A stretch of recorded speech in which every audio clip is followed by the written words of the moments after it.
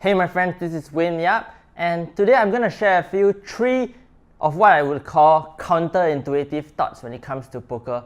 These are thoughts that people think are, or these are some thoughts that maybe challenge a lot of what the general poker community thinks, and these are my original thoughts where, I'm probably going to get some hit for this, but I'm okay with that because a lot of these kind of topics that I'm talking about are still very experimental. So take all of this and try to understand what I'm saying and see if it applies to your game.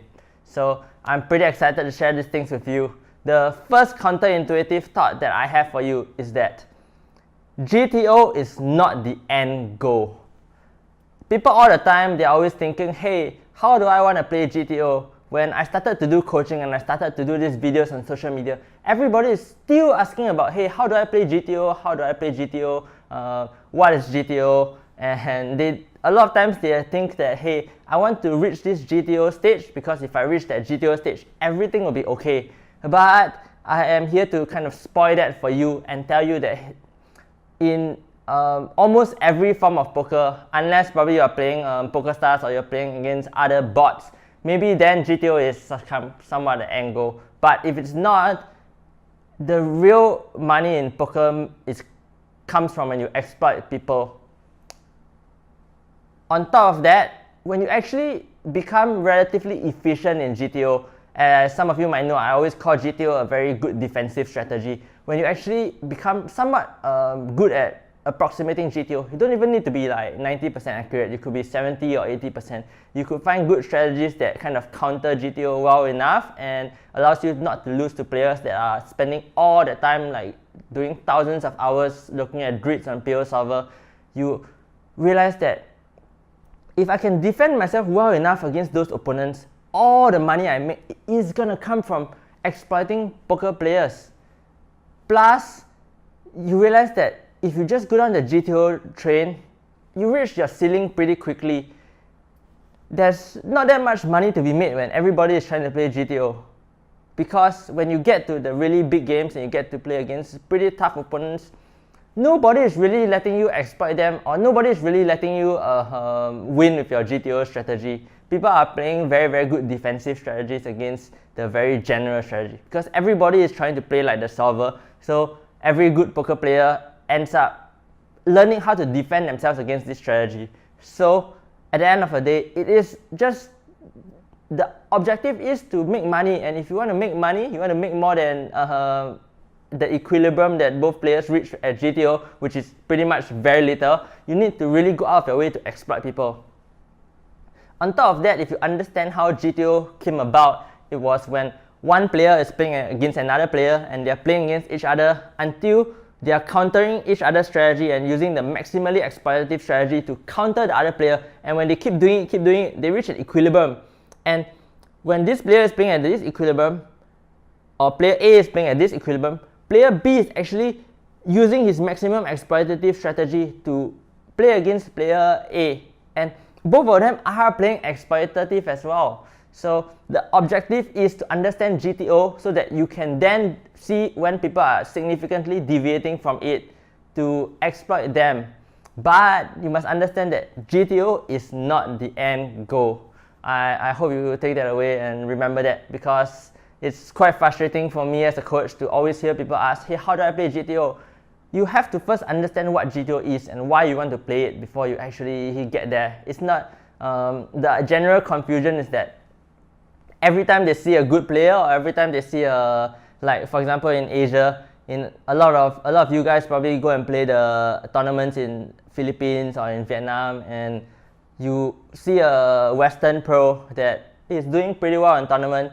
You just assume that he's playing GTO and you say, how do I play against GTO? That's not the case. Nobody is really playing at GTO, and don't take every decent player and think that he's playing GTO. We need to kind of look beyond that. So I'm telling you all of this not to put anybody down. If you actually thought that GTO was the end goal, that's okay. I am just trying to really tell you not what you want to hear, but try to give you that slap on the face to wake you up and understand that the objective is not GTO. Alright, I think I repeated that more than enough, so you would remember that. And I'll go on to my second counterintuitive point. my second counterintuitive point is you should always choose short-term pain when you are split between two decisions that seem fairly close. So, as some of you know, I'm a huge fan of Naval Ravikant, and in his decision-making heuristics, one of his decision-making heuristics, it says that when you have two very equal options, you should choose the option with more short-run pain. Why is that the case? It's because our mind as a human is trained to overestimate the painfulness of the short run. So instead, if we actually choose the option that gives us the short run pain, it would, because of this compensation that our brain actually does, it is usually the more plus EV decision. Our brain likes to defer pain to later, and therefore we always choose the option with the long run pain. But that isn't your maximum utility option most of the time. So when I was listening to him say this, I was like, this is really, really true. How can I take this to apply it to my life first?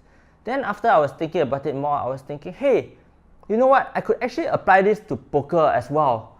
There are a lot of spots. Say, for example, I'm on the river and somebody goes all in. I'm in a spot where I have to make a decision between the two.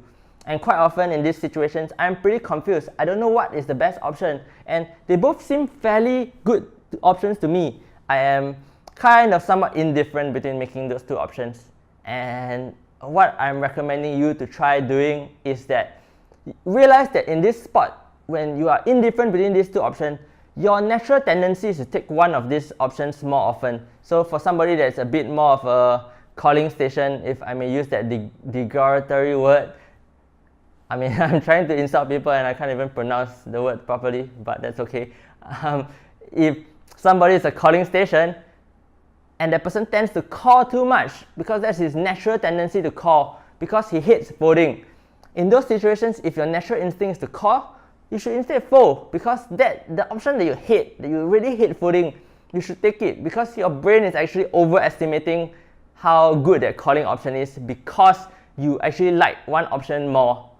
On top of that, if your opponent is somebody that is smart, he kind of would be thinking about these things as well and thinking about what's your natural tendency, what kind of person, what kind of defaults do you have, and he would, assuming he is trying to exploit you, which most good poker players are, they would actually be trying to exploit you, and just on top of you having that extra short run pain, you would have your opponent trying to exploit you, and he would try to play against your pain, to try to put you in more painful situations because that's the move that you end up doing. For example, if you fold too much, your opponent is going to be bluffing you a lot more. So even though calling is quite painful for you, you should be choosing those options because that actually compensates pretty well. So it's counterintuitive and it's a bit meta, but when you are actually between two close options, choose the one with more short run pain. So that's my counterintuitive thought number 2. And my counterintuitive thought number 3 is that a lot of times when we go to a poker table or a poker game, people are always trying to look more pro than they are. You would see a lot of poker players wearing hoodies and sunglasses that says Poker Stars and on their shirt, and they try to look a lot better than they are. And I see this quite a lot, and I always feel that, hey, poker players think that they want to go to a poker table and they want to look like a good player, so they would be scary and they would be able to bully people and win money from them. I kind of don't feel the same way about it, so I call this, so I think it's the opposite, and therefore I think it's counterintuitive. One concept that I'd like to explain to you, and hopefully this will shed some light on why I would think this way, is that in any situation, a bad player, a newbie, has incentive to look a lot better than they are because they don't want the pros to actually attack them.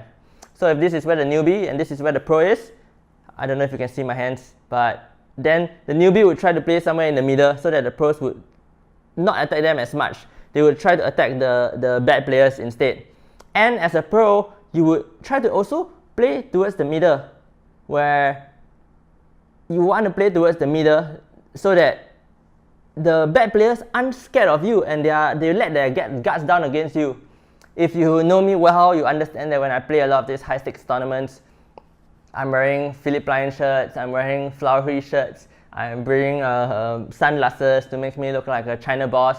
And the reason is that I want people to underestimate my abilities. And when people underestimate my abilities, especially when pros underestimate my abilities, I am able to understand how they would try to counter or how they would try to exploit me at that position. And because I can understand how they think of how to exploit me, but they can't understand how I'm thinking and why I'm doing these things, I can actually re-counter them and exploit them. And there are a lot of times in poker where you want to look much worse of a player than you actually are. This is because you would also throw them out of a game tree. You could actually prepare, for example, if I'm limping a lot in this spot and trying to act like a bad player, I'm wearing pretty loud clothes and I'm limping in positions, most people would just assume that I'm a bad player or a fish. And in those situations, I can actually construct a pretty solid limb re-raise range or limb core range and understand how that range plays against a range that is trying to exploit me. I'll just throw off this into PO solver and then seek to understand this. Once I understand a few concepts, I can actually counter-exploit his strategies really, really easily. And so that's my counterintuitive take number 3, where you don't always need to try to look more pro. A lot of times you want to look significantly worse than you are.